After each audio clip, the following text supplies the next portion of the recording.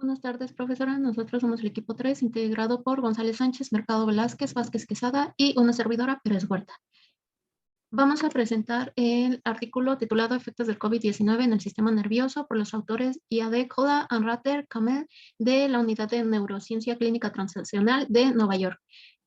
Como objetivos tenemos el analizar la participación del sistema nervioso en COVID-19 a partir de la evaluación de los mecanismos de patogenicidad y en las manifestaciones neurológicas agudas y tardías, así como también distinguir la afección del sistema nervioso por COVID-19 en comparación con otros virus respiratorios. Como introducción, tenemos que existe una creciente evidencia de que el sistema nervioso está frecuentemente involucrado en pacientes hospitalizados con COVID-19.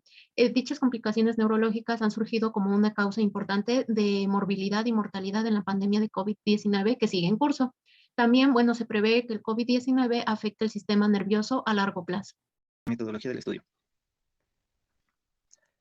El artículo científico presenta metodologías presentadas por otros diseños experimentales presentados en diversos artículos. Uno de los más destacados es la identificación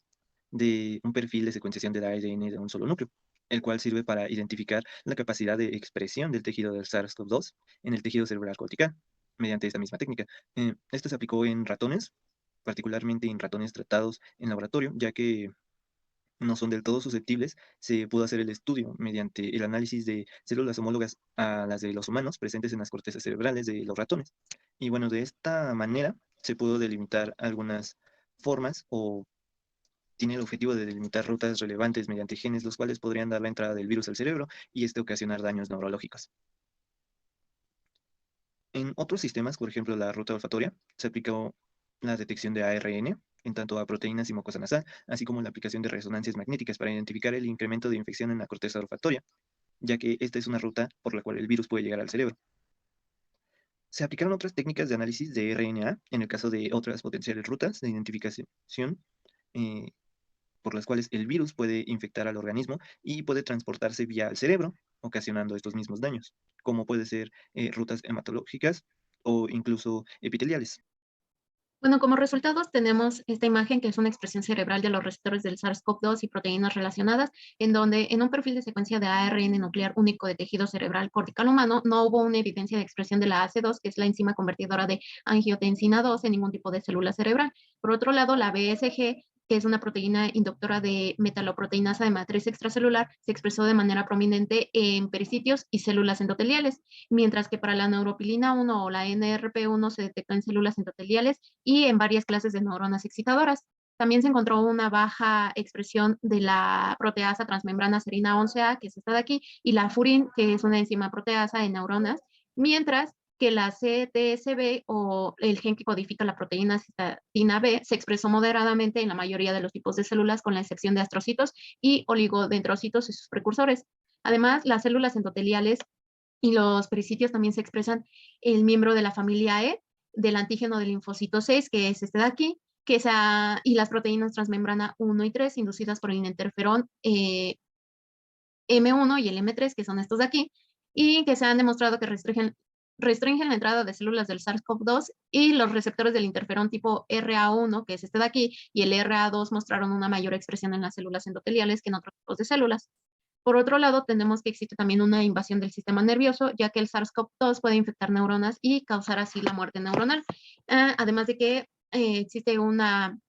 pérdida del olfato que, bueno, esta va a afectar la ruta olfativa debido a que es una manifestación neurológica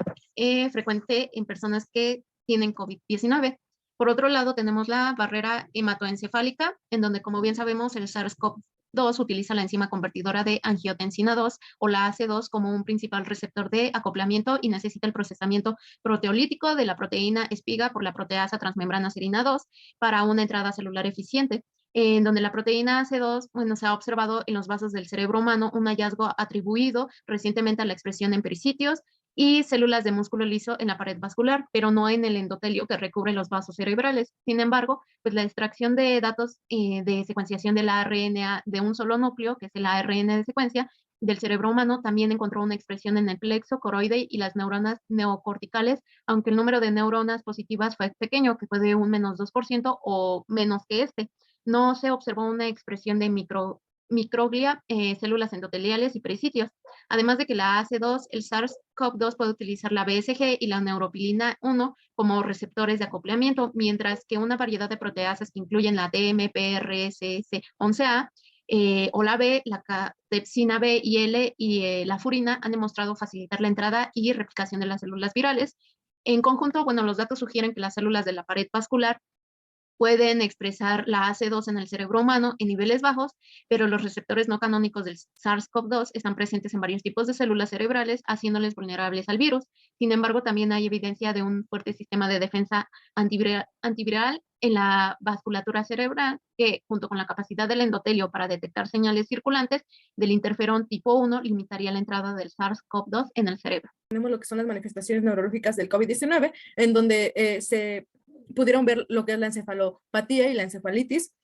Aquí se notificaron varios casos en donde los pacientes con COVID-19 presentaron encefalopatía, ya que cumplían con algunos criterios de diagnóstico de lo que es una encefalitis infecciosa, en donde se vieron lo que es un estado mental alterado, fiebre, convulsiones, glóbulos blancos en el líquido cefalorraquídeo y anomalías cerebrales focales en la neuroimagen. En al menos un caso de COVID-19, el diagnóstico de encefalitis del lóbulo temporal se confirmó mediante una biopsia que mostró la infiltración de linfocitos perivasculares y daño neuronal hipóxico. Pero, si bien es cierto, no se documentó la presencia de SARS-CoV-2 o otro virus en el cerebro o en el líquido cefalorraquídeo. En la mayoría de las muestras que tenían de tejido cerebral provenientes de autopsias de pacientes de COVID-19, tampoco se reveló evidencia de encefalitis. Aunque es raro los casos clínicamente compatibles con encefalitis y la escasez de evidencia que hay histopatológica de encefalitis, hay muchas explicaciones alternativas para un estado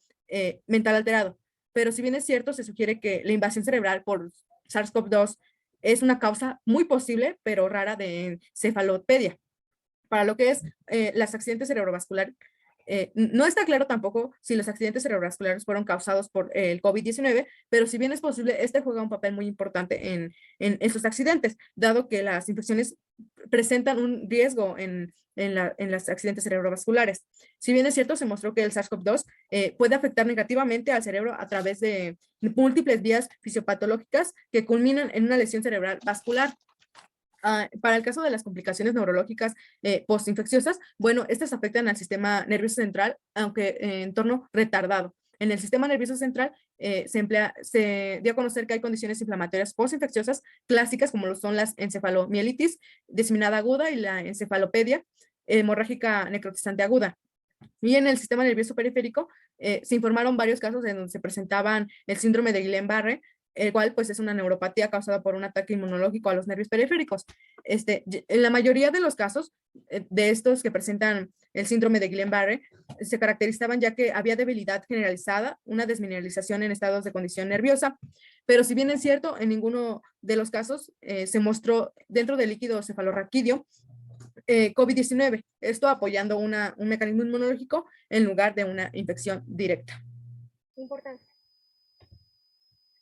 Bueno, con respecto a este artículo de investigación, como muchos otros artículos de la misma índole sobre las repercusiones del SARS-CoV-2 en el organismo, nos han ayudado a que se identifiquen diversos daños neurológicos y evidenciar que tratamientos especialmente efectivos podrían ser utilizados, ya que al ser un virus nuevo aún no se sabe muy bien cómo tratarlo. Por otro lado, se ha logrado aprovechar la gran cantidad de datos clínicos epidemiológicos y muestras biológicas que hay disponibles en el mundo, ya que actualmente todos los artículos están disponibles para todo el público. Y pues aún sigue siendo un desafío conocer los efectos agudos en el cerebro o las manifestaciones neurológicas. Y pues también esto se han descrito en otras infecciones por otros virus respiratorios. Y pues sirve como una comparación para conocer cómo participa el COVID-19 en el sistema nervioso. Saber cuál es su mecanismo de acción y pues así para tener más estudios para las personas que presentan daño a largo plazo y conocer cuál es la afectación que tendrán las personas que no muestran daños neurológicos en la fase aguda. Esta es nuestra bibliografía